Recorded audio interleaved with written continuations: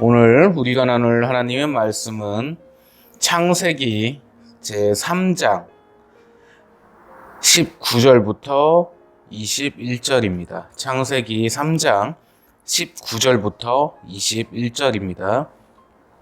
함께 합독하도록 합니다. 네가 흙으로 돌아갈 때까지 얼굴에 땀을 흘려야 먹을 것을 얻으리니 네가 그것에서 취함을 입었음이라. 너는 흙이니 흙으로 돌아갈 것이니라 하시니라. 아담이 그의 아내의 이름을 하와라 불렀으니 그는 모든 산자의 어머니가 됨이더라. 여호와 하나님이 아담과 그의 아내를 위하여 가죽옷을 지어 입히시니라. 아멘. 오늘 우리가 나눌 말씀의 주제는 바로 아담과 하와입니다.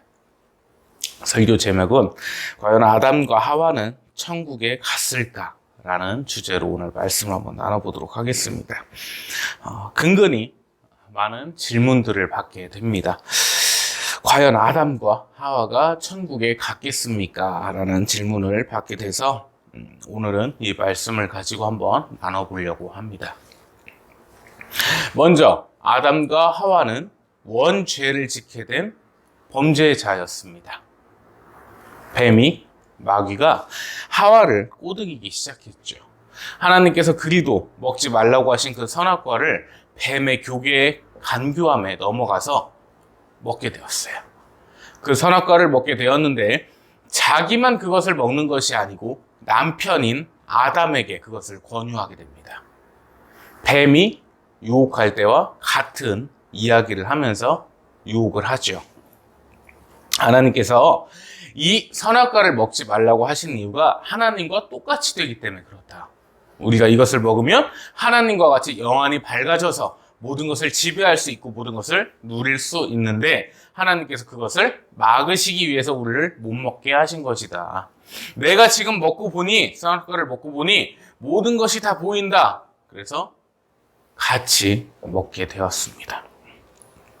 아담과 하와가 선악과를 먹고 난 뒤에 자신들의 벗은 부끄러운 모습을 알게 되죠.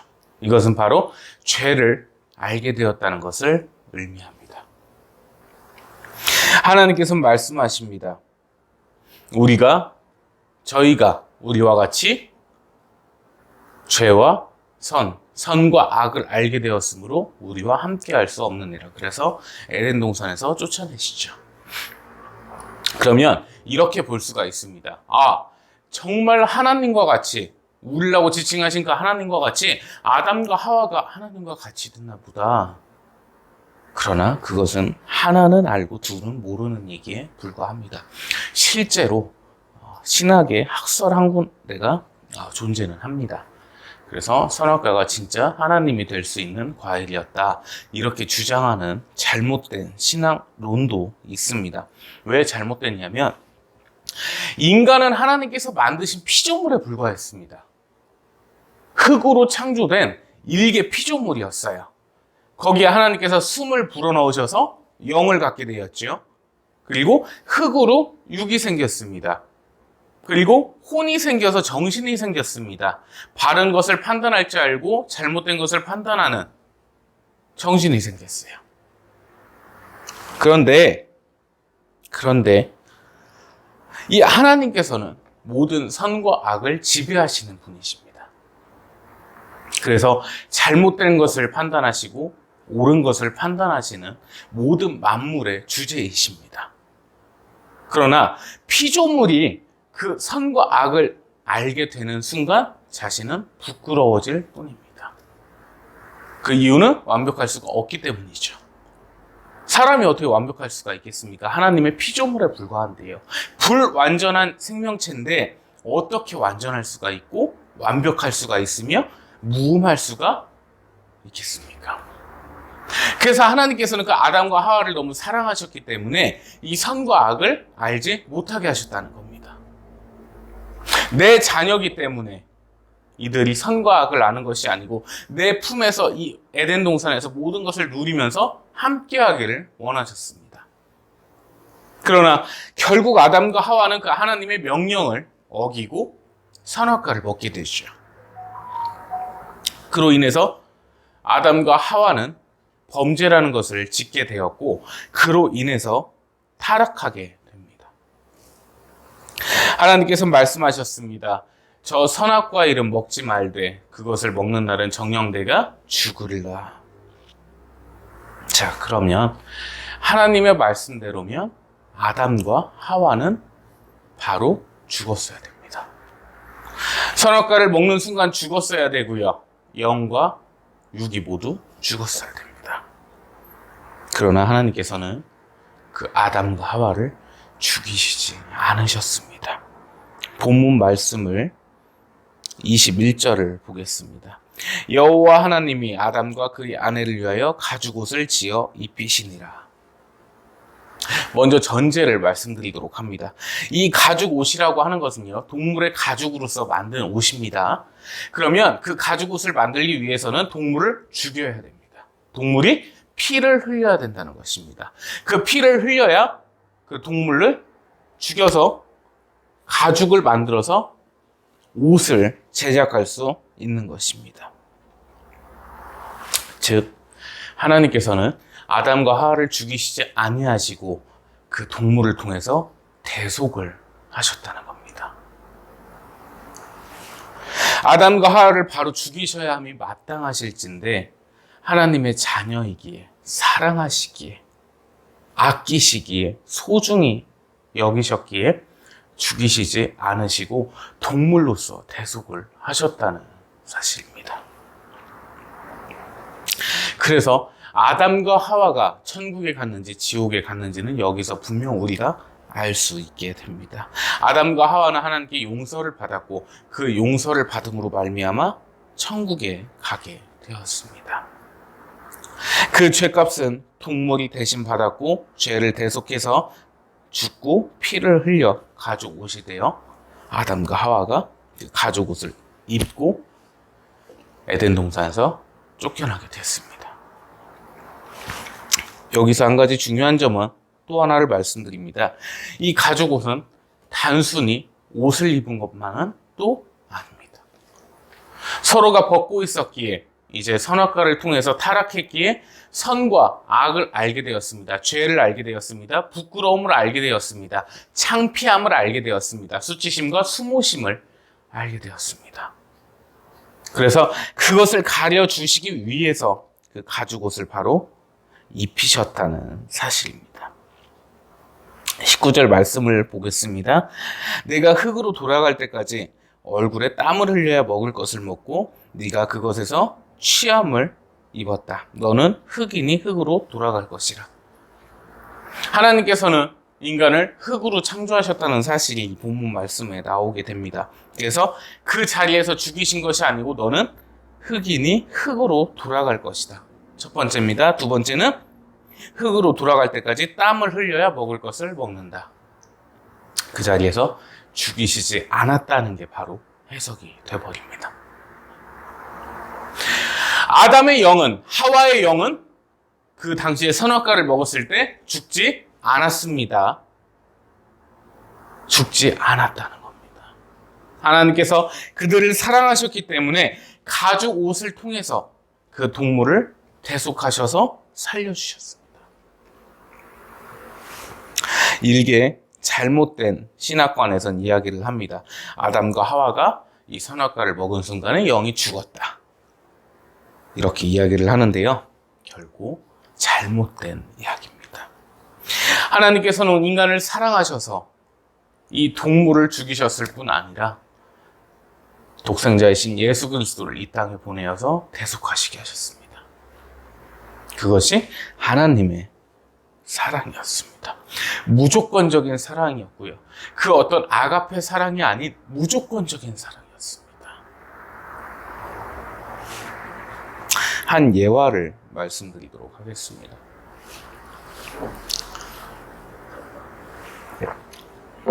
어떤 어머님이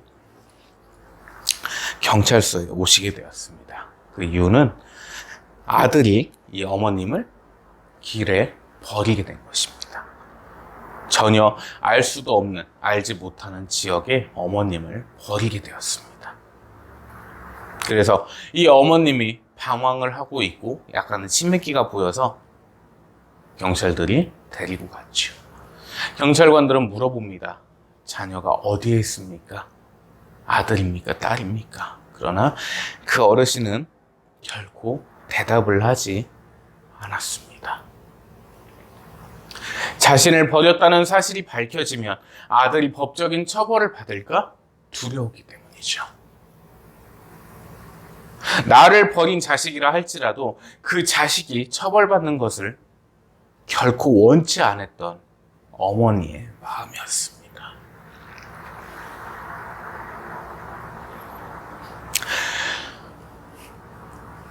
사람 또한 자신의 자녀를 아끼는 마음은 그 누구보다 끔찍할 것이고 그 누구보다 소중할 것입니다. 내 눈에서 눈물이 나는 것보다 내 자녀의 눈에 눈물을 보게 되면 한없이 가슴이 쓰라리고 아파오는 게 바로 부모의 마음이었습니다. 아담과 하와는 하나님의 첫 번째 창조물 인간이었습니다. 하나님의 자녀였습니다. 그러나 그 하나님의 말씀을, 아버지의 말씀을 듣지 아니하고 뱀에게 속게 되었습니다. 그리고 선악과를 먹게 되었죠. 하나님께서는 가장 큰 사랑의 근원이시며 모든 만물의 주인이십니다. 그 주님께서 이 아담과 하와를 부모의 마음을 가지셨기에 벌하시지 않으셨던 겁니다. 그래서 그 동물을 죽여서 가죽옷을 만들어 아담과 하와에게 입히셨습니다. 이렇게 한번 생각을 해볼까 합니다. 에덴 동산이란 그 낙원에서 하나님께서는 아담과 하와에게 모든 것을 누리게 하셨습니다. 행복과 기쁨 가운데 있기를 원하셨습니다. 그러나 그들이 자유력을 가지고 자유의지를 가지고 범죄를 해서 에덴 동산에서 쫓아내실 때까지, 가죽옷을 입히실 때까지 하나님의 마음이 어떠하셨을지를 이 시간 생각해 봤으면 좋겠습니다. 내 자녀가 이 낙원에서 모든 것을 누리고 내 품에 있기를 원하였는데 그 자녀가 범죄를 해서 어쩔 수 없이 내쳐야 되는 상황이 오고야 말았습니다. 하나님께서는 죄인과 함께 할 수가 없으셨기 때문에 쫓아낼 수밖에 없으셨던 겁니다. 그러나 그 쫓아내는 순간까지 하나님의 마음은 분명 매우 슬프셨을 거라는 겁니다. 이제 이들을 내 품에 품지 못하는 안타까운 상황이 됐음을 슬퍼하셨을 거란 이야기입니다.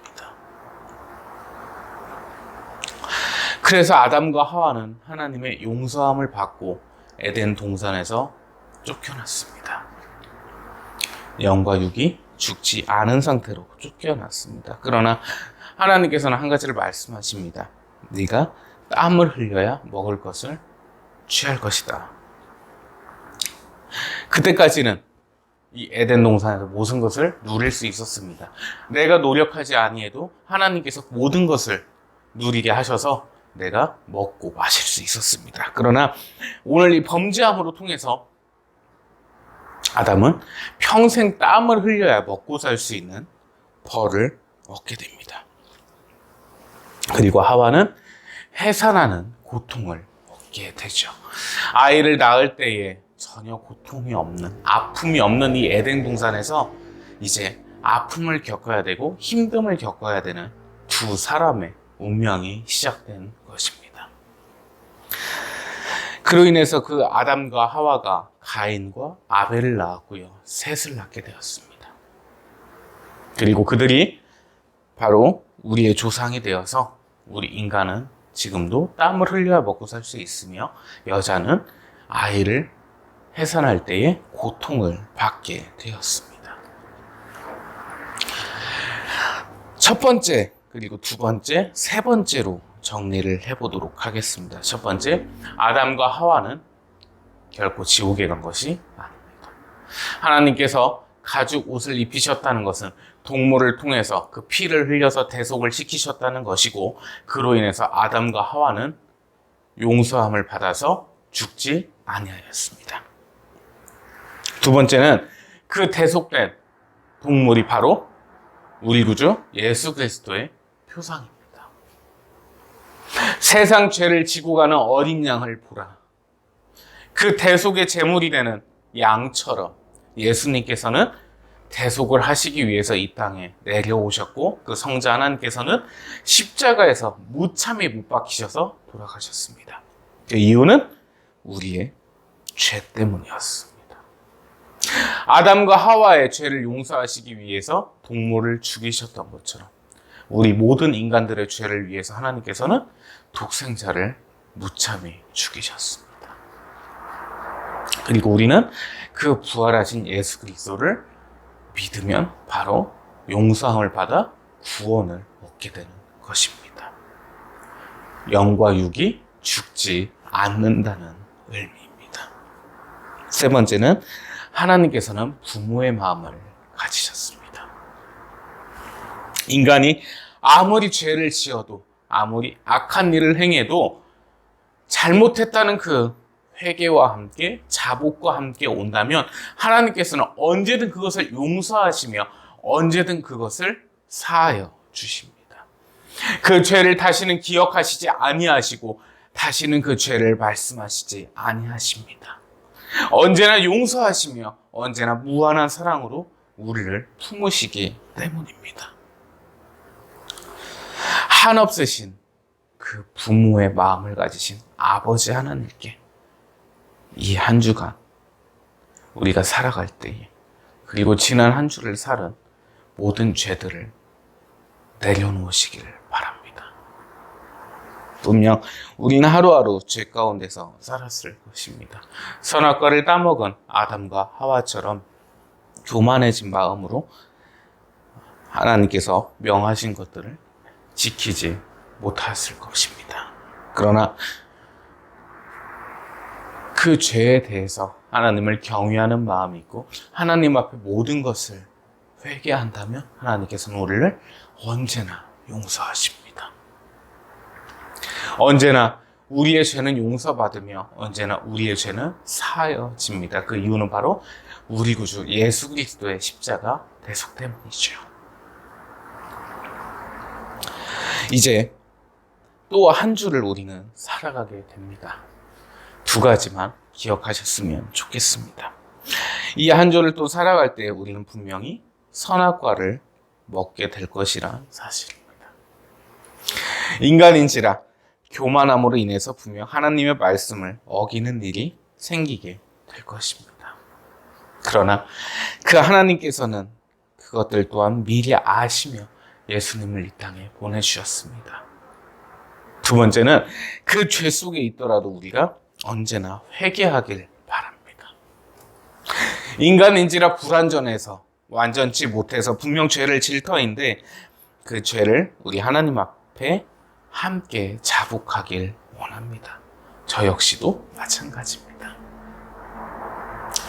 이 하나님의 따뜻하며 무한하며 크시고도 크신 전능하신 사랑하심 앞에 우리가 감사하는 마음을 갖기를 바라요 봅니다.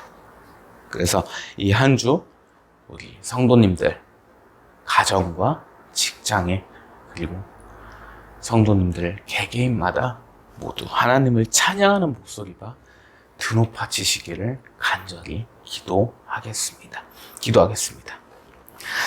하나님 아버지, 은혜 가운데 저희를 안으시고 사랑 가운데 저희를 품으시며 무한하신 권능 가운데 저희 강복하심을 감사를 올리옵나이다. 이 한 주를 살아갈 때에 아담과 하와를 사랑하셨던 그 무한한 사랑으로 저희를 안아주실 줄을 저희가 믿사옵나이다. 이 한 주 하루하루 강복하여 주시옵고 은혜를 내려주셔서 이 일주일이 하나님께 영광과 찬송과 찬미를 올리는 시간만이 될 수 있도록 역사하여 주시옵소서. 아픈 이를 기억하여 주셔서 치유하여 주옵시고, 궁핍한 자에게 은혜를 내려주셔서 배부르게 하여 주시옵고, 믿지 못하는 자를 기억하셔서 예수 그리스도의 앞에 나올 수 있도록 허락하여 주시옵소서. 이 한 주 저희가 살아갈 때에 세상의 빛과 소금이 되게 하여 주시옵고, 오로지 하나님께 영광을 돌리는 말과 행동들만이 넘쳐날 수 있도록 역사하여 주시옵소서. 지난 한 주의 모든 죄를 회개합니다. 저희가 알고 있지 못하는 죄들까지 모두 자복하나이다. 용서하여 주시옵소서. 오로지 하나님께 영광 돌리며 하루하루 나아져가는 이 한 주간이 될 수 있도록 역사하여 주시옵소서. 은혜와 사랑을 감사드리오며 구주 예수 그리스도의 이름으로 기도 올리옵나이다. 아멘. 이제는 우리 구주 예수 그리스도의 크시고도 크신 은혜와 아버지 하나님의 무한하시며 극진하시며 지극히도 높으신 지존의 사랑하심과 성령 하나님의 내주교통 감화감동 인도 역사 충만케 위로하심이 이 시간 하나님 앞에 엎드려 경배하며 하나님께 예배하며 하나님께 자복하며 모든 죄를 내려놓는 모든 하나님의 백성들 머리 위에, 성도들의 머리 위에 이제로부터 영원토록 항상 함께 계실지어다. 아멘.